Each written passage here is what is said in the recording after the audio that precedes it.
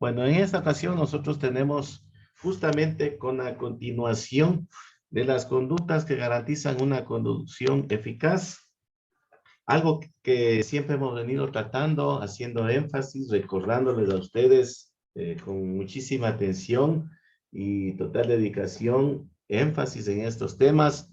Y ahora es la ocasión para aprovechar nuevamente y recordarles que es muy importante que el conductor tenga muy en cuenta varias técnicas para conducir con el mayor de los cuidados en situaciones adversas, ¿no?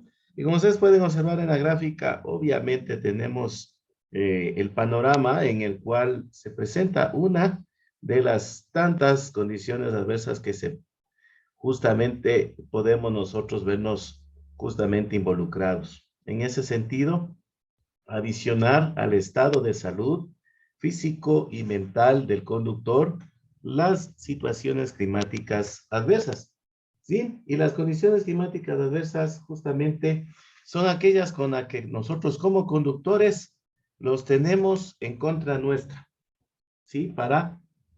O que atentarían para nosotros movilizarnos con condiciones de seguridad. En este sentido, por ejemplo, hay que tener en consideración alguna recomendación que yo también me permitía manifestarles a ustedes, en el sentido de que es importantísimo revisar o chequear el vehículo cómo está. En ese sentido, hablando de las condiciones del vehículo, este tiene que estar con un mantenimiento adecuado, permanente, rutinario. Por ejemplo, lo que más común es el cambio de aceite de motor, el cambio de aceite de la caja de velocidades, los fluidos que son justamente para los engranajes de la dirección, y así ustedes lo tengan justamente debidamente engrasado, ¿sí? Recordemos que también es necesario que usted como conductor, previo a iniciar la marcha, y más aún, razones bastan para cuando usted va a realizar un largo viaje, un largo periplo, revisar el nivel de aceite, revisar cómo está el nivel de líquido de frenos, revisar la presión de las llantas, incluyendo la de emergencia, que debe estar en igualdad de condiciones, el sistema eléctrico, el limpia parabrisas, el tema del cambio de luces, cómo están las luces direccionales. Si usted cuando presiona el pedal del freno, en efecto se activa la luz que indica a los demás usuarios de la maniobra que usted está realizando. Y por supuesto tenemos otras condiciones atmosféricas adversas, ¿no? Por ejemplo, la lluvia. Si bien es cierto, usted planificó conducir en condiciones favorables, un día despejado, soleado, imprevistamente, como conocemos es nuestro clima, cae sorpresivamente la lluvia. Y es desde luego la lluvia un verdadero problema para los conductores, ¿no? Por lo tanto, cuando comience a llover, van a caer las primeras gotas, ¿no? Justamente se va a pegar, digámoslo así, sobre el parabrisas una delgada película que se va a confundir con el polvo y tal vez el hollín de la propia combustión que se ha depositado sobre los mismos, ¿no? De otros vehículos. Esta película al inicio no nos va a dejar bien por un momento, por lo que es importantísimo que nosotros activemos el limpia parabrisas, ¿no? Si la lluvia es persistente, como en efecto suele presentarse, y fuerte, usted tiene que extremar las precauciones, puesto que las escobillas del limpiaparabrisas deben mantener una buena visibilidad. Recuerde que lo importante es ver con claridad lo que nos rodea. ¿Qué tal si las mismas no están en perfecto estado? Tenemos que siempre revisar cuando estas emiten algún ruido, cuando estas van dejando marcas sobre el parabrisas, nos indica que deben ser sustituidas, ¿no? Y obviamente no escatimen en tema de repuestos, en tema de lubricantes, en tema de accesorios, y es mi criterio muy personal y una recomendación, siempre opten por los repuestos originales, por lo que resulte mejor, ¿no? Muchas de las ocasiones aparentaría un supuesto ahorro en el momento, pero entre cambio y cambio, ahí vamos a notar las diferencias, ¿no? Entonces, una pequeña recomendación nada más.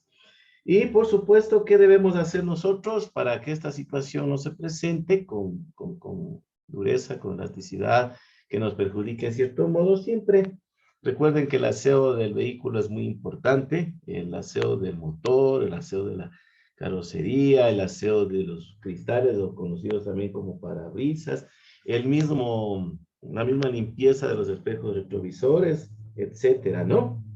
Y por supuesto, algo que me estaba olvidando, cuando conducimos en presencia de lluvia, lo de siempre, ¿no? Mantener la distancia de seguimiento a una distancia que le va a permitir un mayor panorama para la maniobra que usted va a realizar. Es muy importante esto. Ahora bien, ¿qué pasaría en un supuesto no consentido de que las condiciones de sus neumáticos no sean las adecuadas? Sí, se va a presentar el patinazo. Es decir, si usted no tiene unos neumáticos con la banda de rodadura que va a evacuar el agua que se acumula entre el neumático y la calzada, ahí se crea otra laminita, también muy delgada, imperceptible, pero que justamente va a impedir el rozamiento cuando usted activa el freno. Eso se denomina hidroplaneo o hidroplaning por su nombre en inglés, ¿no? Entonces, esto hay que justamente tener en consideración, circular siempre con buenas llantas, ¿no? Con una buena adherencia, de ahí la importancia, como les decía, siempre con las adecuadas que le recomiende su vendedor. Hay algunos como comercializadores de estos artículos que brindan una excelente asesoría y un mejor consejo, teniendo en consideración también la venta de los mismos en base al camino que usted permanente va a recorrer. Y teniendo en cuenta esta consideración también, como les decía, no quisiera olvidarme del tema de la nieve, ¿no? Tanto para la nieve como para las zonas de alta precipitación pluvial, es importante que sea bien escogido el neumático que va a servir. Muchas de las ocasiones nos dejamos deslumbrar por una bonita figura de la rueda, ¿no? Tal vez el tema hay algunos que compran esas llantas que son cámara baja y resulta que usted va a circular por caminos agrestes, caminos peligrosos, caminos drásticos y no vienen a la par, ¿no? Caminos empedrados, ustedes saben, un pinchazo de esto prácticamente estaría terminando la rueda, ¿no? ¿Qué hacer? Para evitar la posibilidad de patinar, lo que se hace en todas las maniobras de emergencia o adversas, reducir la velocidad, tomar el control, circular con buenos neumáticos, ¿no? El estado de las mismas tiene que ser excelente. Como les decía también, inclusive la llanta de emergencia debe estar en las mismas condiciones. Y por supuesto, si usted sufriese un patinazo, tiene que mirar las llantas en el sentido del que se ha presentado el patinazo. Tome firmemente el volante y justamente reduzca la velocidad y gire al sentido que naturalmente su vehículo se ha desplazado, ¿no? Parecería algo ilógico, pero hagan la prueba y verán que se van a percatar que esa es la mejor conducta que puede suceder, ¿no? Obviamente, si nos llegase a faltar también el sistema de frenos, este es un adelanto también, es preferible que usted vaya reduciendo de las marchas altas a las marchas más bajas, ¿no? Ya las marchas más fuertes, como se dice. Hay zonas también donde tenemos otros factores de adversidad, que son justamente cuando hay inundaciones, ¿no? A causa de una pérdida llovizna, no funciona el sistema de disposición de las aguas lluvias, etcétera, ¿no? Usted tiene que modificar, variar, adecuar la velocidad, si ya están a la ruta, ¿no? Por lo tanto, hay que ir embragando suavemente para que tampoco su vehículo se apague, ¿no? A veces hay la posibilidad de que el agua esté sobre la carrocería, sobre el nivel de la carrocería. Hay que tener presente que el agua es muy perjudicial para los sistemas del vehículo, ingresa en las bombas auxiliares del sistema de frenos y va a producir un desvanecimiento de la frenada. el vehículo no va a frenar bajo ninguna circunstancia, ¿no? Entonces, usted va a hacer estas prácticas a modo de precaución y va a mantener el pie en el acelerador y a la vez ir frenando el vehículo sin detenerlo, ¿no? Pausadamente, suavemente. Algunos conductores entran en una acción de pánico, ¿no? Y desean salir rápido, rápido de la situación. El peor consejero para esas circunstancias es esa. Hay que tomar el control de la situación suavemente. Cualquier maniobra tiene que ser con suavidad, pausado. Hay que dejar también que la fibra, que esta que compone el sistema de freno se caliente y sacar el agua del tambor o de las almohadillas del disco para posterior maniobrabilidad del vehículo, ¿no? Recuerden, no dejar restos o residuos de agua en el mismo. Otra de las condiciones adversas que justamente tenemos nosotros en la gráfica, que es la neblina, ¿sí? Hay de todo tipo. Ustedes también habrán tenido la oportunidad de movilizarse por varios de los caminos del país. Damos la bienvenida a los compañeros también que se siguen integrando, gracias. Y tenemos también de varios orígenes, ¿no? La ligera, la densa, la espesa y la impenetrable, ¿no? Hay algunas vías que se caracterizan por su presencia de neblina permanentemente. Pero bueno, ante ello no es complicado, ¿no? No importa el tipo de neblina que usted tenga, usted siempre debe encender las luces, no para ver, porque hay muchas personas que dicen, yo miro muy bien, yo no necesito las luces. Es para que lo vean a usted. Recuerde, hay que ser precavidos y hay que ser visibles ante los demás. Primera cosa. Justamente nosotros tenemos que, lo mismo que los otros actos de emergencia, reducir la velocidad, ¿no? Bueno, ¿qué hacer cuando hay una neblina espesa? Afortunadamente hay algunos vehículos que ya tienen equipados de estos sistemas de faros o focos antineblina, ¿sí? Y por supuesto, acá nosotros tenemos, como les decía, que reducir la velocidad, conducir con las luces habituales, las bajas, no las altas. ¿Por qué razón? Porque se crea un fenómeno químico, supongo yo, que es la que rechazan estas pequeñísimas gotas, los cristales pequeños, rechazan la luz y nos regresa directamente hacia los ojos nuestros, ¿sí? Por lo tanto, ya tenemos una dificultad precisamente para conducir. Hagan así una prueba, prueben con la luz corta, va a ser muy eficaz.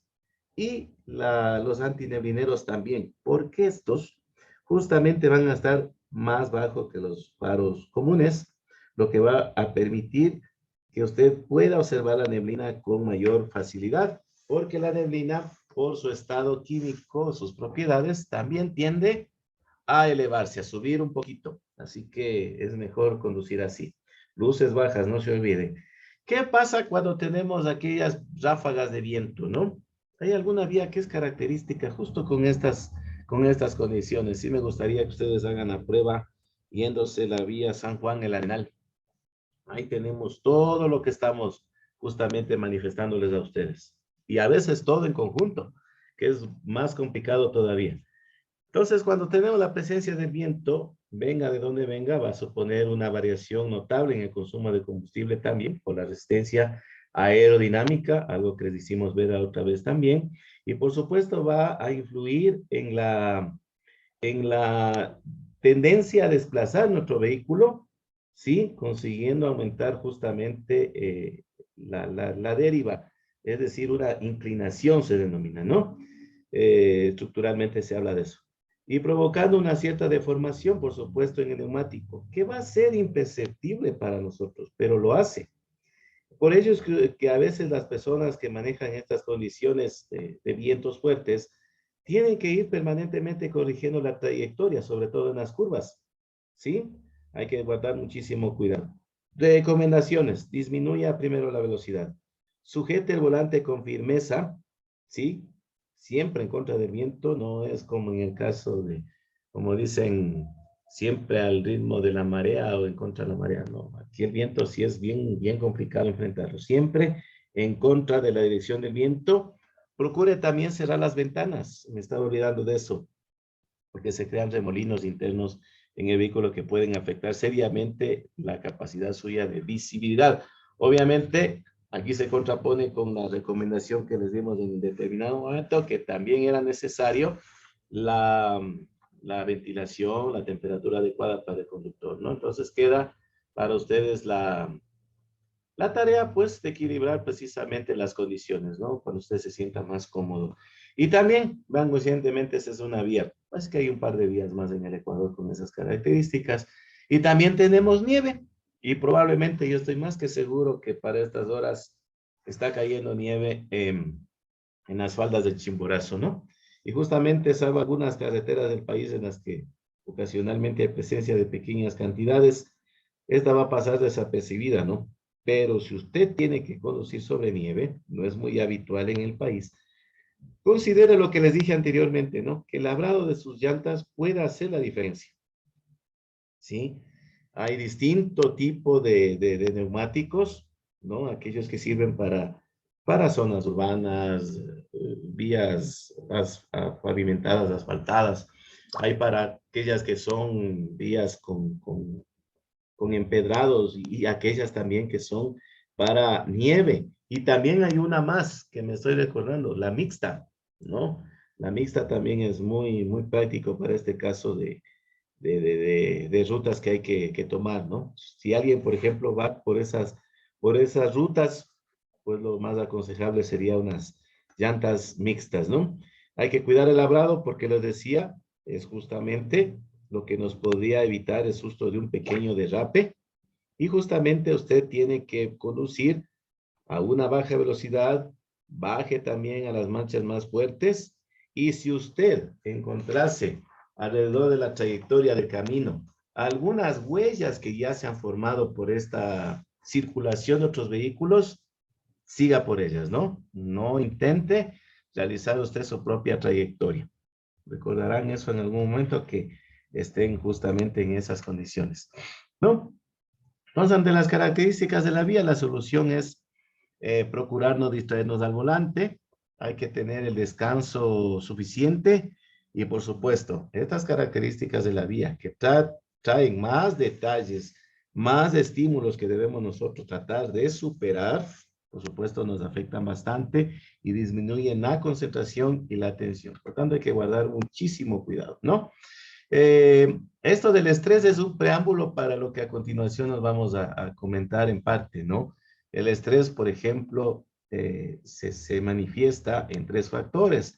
En la alarma, es decir, cómo están nuestros sentidos, ¿no? Cómo percibimos nosotros que nos estamos sintiendo. ¿Hay algún comportamiento anómalo, no habitual, algo extraño, algo está pasando?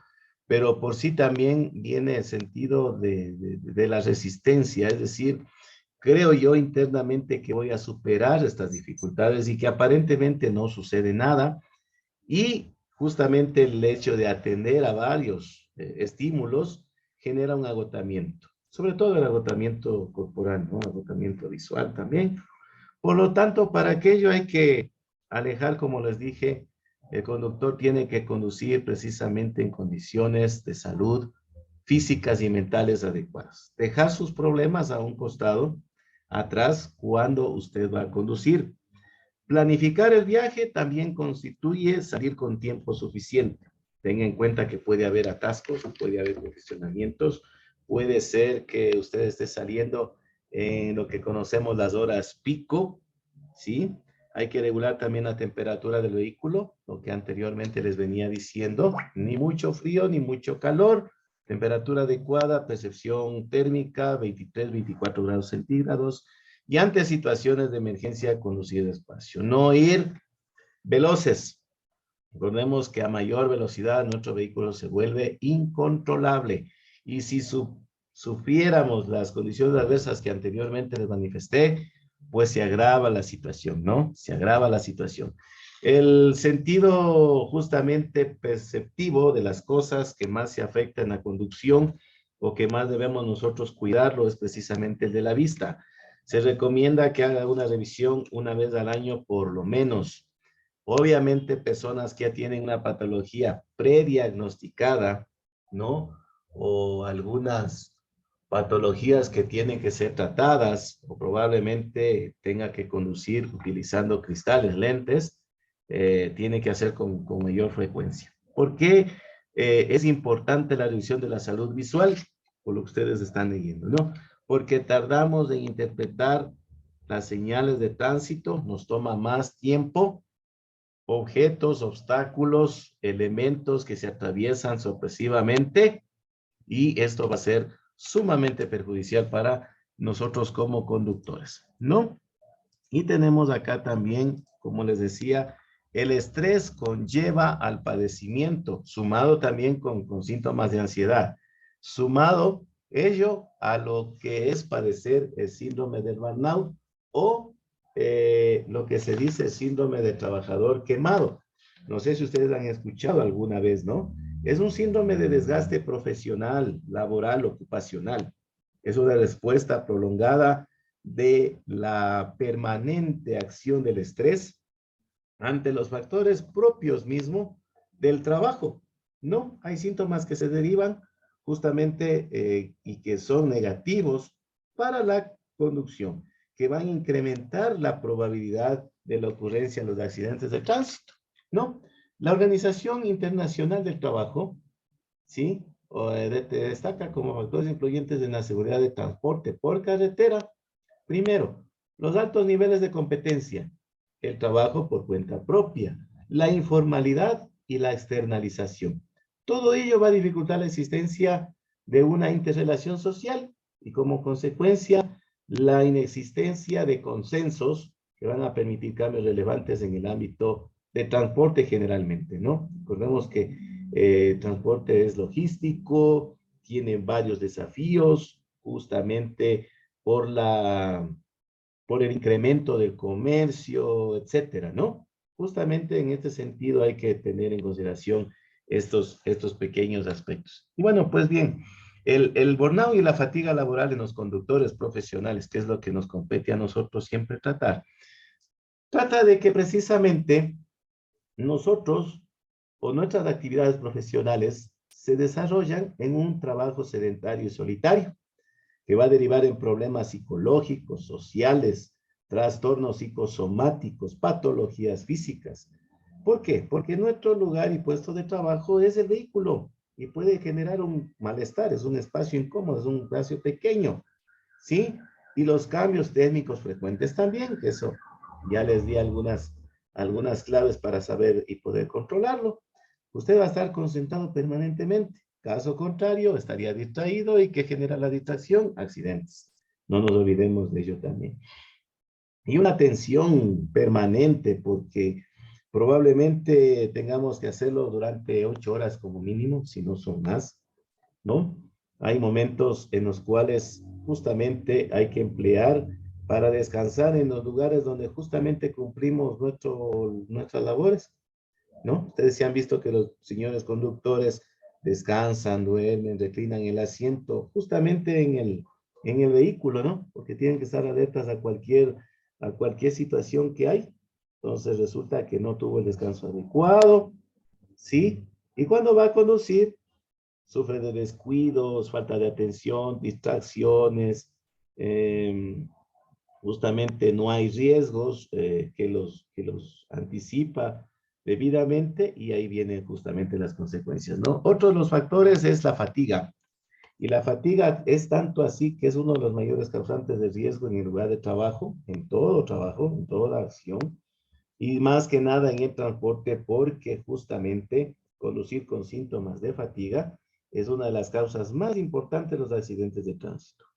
¿Sí? Recordemos esto para nosotros tener siempre en cuenta. Y por supuesto el estrés laboral, como les decía, el estrés nos va a llevar al padecimiento del síndrome del burnout. Y en efecto, es aquello. Justamente es un proceso donde intervienen los tres aspectos, ¿no? Ustedes saben, las demandas laborales, puede ser por un lado, los recursos con los que se dispone en el trabajo y el trabajo en sí, las acciones que van a realizar, ¿no? Ahora bien, hay un asunto en este sentido que justamente nos hablan de que hay algunos factores externos que justamente podrían podrían desencadenar un poquito más o a menor tiempo respecto de la aparición de este síndrome. ¿Por qué? Porque probablemente las empresas ponen o ponderan por encima del talento humano sus beneficios económicos o los resultados, ¿no? Lamentablemente esto afecta precisamente a los trabajadores. Esto es muy, muy lamentable. Entonces, tenemos tres elementos importantes que acá se confluyen y suman, que es justamente el agotamiento emocional y físico, es la baja productividad y es un exceso de despersonalización. Ahora bien, la eficacia en la estrategia de afrontar el estrés puede reducir los efectos negativos. ¿Y cómo es esto? Por ejemplo, hay personas que por su naturaleza son ineficaces. Estas personas, por lo general, se centran en ellos mismos y en cómo pueden afectarles de esta situación. No buscan soluciones ni posibles conductas para afrontar el problema. Al no afrontar o resolver la demanda de la situación, aparecen respuestas corporales como sudoración, taquicardia, temblores, ¿no? Pensamientos y sentimientos de autocrítica porque el problema se mantiene como amenazador. Hay otro tipo de personas que son las autoeficaces. Estas saben centrarse en procurar saber, analizar, conocer, mejorar a través de conductas que les permitan afrontar y poner fin a esta situación de estrés, porque se percibe, el estrés se percibe, es inevitable que nosotros no nos demos cuenta que estamos siendo víctimas de alguna dolencia, por decirlo menos, no se diga del estrés. Entonces, los efectos causados precisamente por el estrés son menores, se mantienen en el tiempo y justamente podrían surgir con ello nuevas exigencias, ¿no? Y justamente también hay otras personas que son las negativas, donde no hay, ¿sí? Estos en cambio niegan la existencia de los problemas, no se preocupan por las demandas de laborales, obviamente, no realizan esfuerzo por afrontarlas, no favorece el desarrollo de las conductas competentes, no soluciona la situación del estrés y no sufre consecuencias negativas, entre comillas. Este tipo de personas es la que más se afecta a la larga y silenciosamente. Así que tenemos muchísimo cuidado siempre que el cuerpo nos da señales de algo que está sucediendo internamente y hay que tenerlo en consideración, ¿no? El tema del agotamiento laboral, como les decía anteriormente, precisamente hace referencia al estrés laboral y a las actividades de servicios, ¿no? Transporte es un servicio, es justamente uno de los primeros que tienen que ser muy, muy cuidadosamente tratados porque hay sobre el trabajador una percepción de fracaso, y ya vamos a ver un poquito más adelante de esto, porque se desmotiva, ¿no? El entorno laboral no es el adecuado, faltan recursos, y hay una sobrecarga de las actividades que tiene justamente que hacer, ¿no? Ya. Nosotros tenemos fases y un desarrollo evolutivo de las dimensiones de síndrome de burnout. Y para describir el desarrollo, ¿no? Porque esto es un proceso, recordemos que habíamos dicho que es la presencia del estrés a lo largo del tiempo. No sé si lo recuerdan. Entonces, justamente tenemos nosotros varias fases. La primera fase o etapa es cuando el trabajador entra entusiasta, apasionado de su trabajo, ¿no? Es normal, es habitual en todo trabajo, ¿no? Que una percepción, unas expectativas del empleo que generalmente son idealistas y reales. En una segunda fase, el trabajador, ¿qué le sucede? Se desencanta y se da cuenta que la percepción y perspectivas iniciales no se correspondían con la realidad. Es decir, empieza a no verse satisfecha, ¿no? Da lugar a una pérdida de idealismo, entra en la realidad, por supuesto, y el entusiasmo del principio baja. En tercero tenemos la etapa que es una fase de frustración, fase inicial de frustración. Se vuelve desmotivado, empeora la realización de las tareas en la empresa sobre todo, y provoca un sentimiento de irritación, ¿no? Ya se vuelve irritable ya, ¿no? Muestra muchas críticas, señala a todo lo que hay o está mal en la empresa o alrededor suyo, empieza a señalar, ¿no? Empieza a señalar. Y finalmente ya llegamos a una frustración en sí, que ya es apático, desesperado, quiere salir a toda costa de ese lugar porque no representa justamente lo que a su criterio en un momento estaba buscando, ¿no? Tenemos también que reconocer que obviamente el agotamiento laboral profesional que les decía se determina por la percepción que se tiene de las competencias profesionales, etcétera, de sus capacidades también para afrontar el estrés. Y es un riesgo que justamente depende del entorno laboral, también de un clima de equipo, también de un entorno social y de la misma personalidad o la característica de la persona que está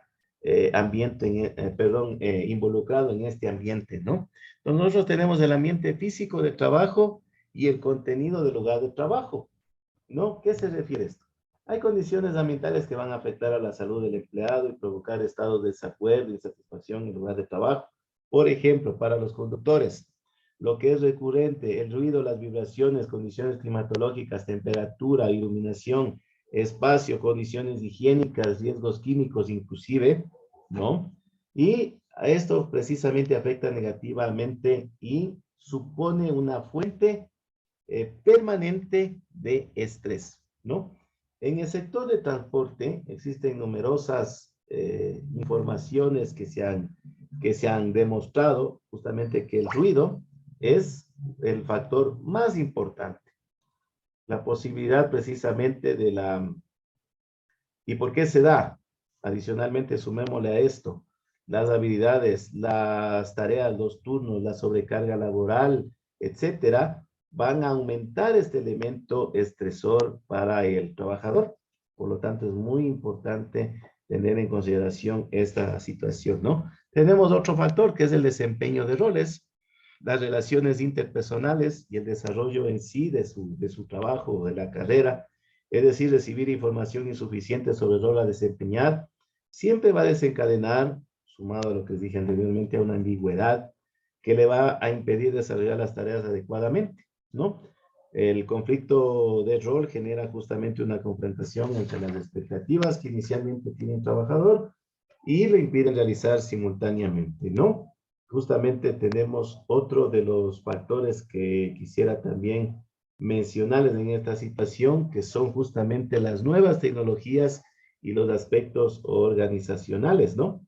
La incorporación de las tecnologías en el lugar de trabajo va a producir cambios que impliquen la aparición de nuevos estresores. Algunas personas se adaptan al ritmo de trabajo, otras no, ¿no? Algunos pueden verse afectados, amenazados, cognitivamente y emocionalmente se sienten afectados. Creen que se implementó eso justamente en contra de los intereses de esta persona. Y no es así, ¿no? Ustedes saben que la globalización justamente tiene que venir a sumar en todas las actividades que nosotros realizamos, ¿no? Y por último tenemos aquellas que son precisamente las extraorganizacionales, ¿no? Por ejemplo, la posibilidad de crecer personalmente, que puede dar también un agotamiento físico y asimismo la relación trabajo-familia origina también otros estresores de carácter crónico y producen, por supuesto, el burnout. Es decir, ¿por qué razón? Porque justamente nosotros nos alejamos aparentemente de los aspectos familiares por estar sumamente concentrados en el trabajo, ¿no? Pero ¿qué es lo que sucede? Por ejemplo, con ello puede presentar enfermedades graves. Si es una persona, puede divorciarse, puede perder la estabilidad de su familia, inclusive, así que no es ni para complicarnos, ni para preocuparnos, pero tampoco para tomarle tan a la ligera el tema de síndrome del trabajador quemado. Porque como yo siempre he manifestado, ¿no? Resulta que a la empresa le falta una pieza, la sustituye. Nosotros no somos irreemplazables, ¿no? Pero si faltamos en nuestra casa, en nuestro hogar, en nuestra familia, ahí sí la pérdida es más grande, ¿no? ¿Ya? Entonces nosotros tenemos justamente algunas prevenciones para evitar el estrés, individualmente enriquecernos con el desarrollo de aficiones y hobbies para ustedes, ¿no? Técnicas de afrontamiento al estrés, técnicas de autocontrol, técnicas de habilidades sociales, técnicas para mejorar la autoestima y de parte de las empresas, justamente una formación continua, estrategias que van a mejorar las relaciones sociales entre compañeros, actividades de integración, rotación de los puestos de trabajo y por supuesto la alternancia a las horas de labores. Y por supuesto, ahí va a manejarse la crisis, se va a cerrar el problema y ojalá podamos volver a la rutina diaria, ¿no? Justamente el tema del estrés de burnout en el sector de transporte por carretera, justamente nos indica que tenemos riesgos en la salud de los conductores, ¿no? Y por supuesto, hay técnicas que van a ayudar a quitar estas patologías, ¿no? Por ejemplo, la primera que nos dice cómo se trata el burnout desde fuera de la propia situación de la actividad de conducir, ¿no? Desde fuera de la propia actividad de conducir. Por ejemplo, digamos en el caso de un taxista, ¿no? Que es lo que también es la licencia C. A consecuencia de los cambios de turno de un taxista, influenciarán en el entorno familiar y generarán ansiedad en el señor conductor. En el segundo caso, viéndolo desde dentro de la misma situación de conducir, justamente un ejemplo serían las situaciones que se puede encontrar el taxista en el tráfico, ¿no? Atascos, averías, congestionamientos, etcétera.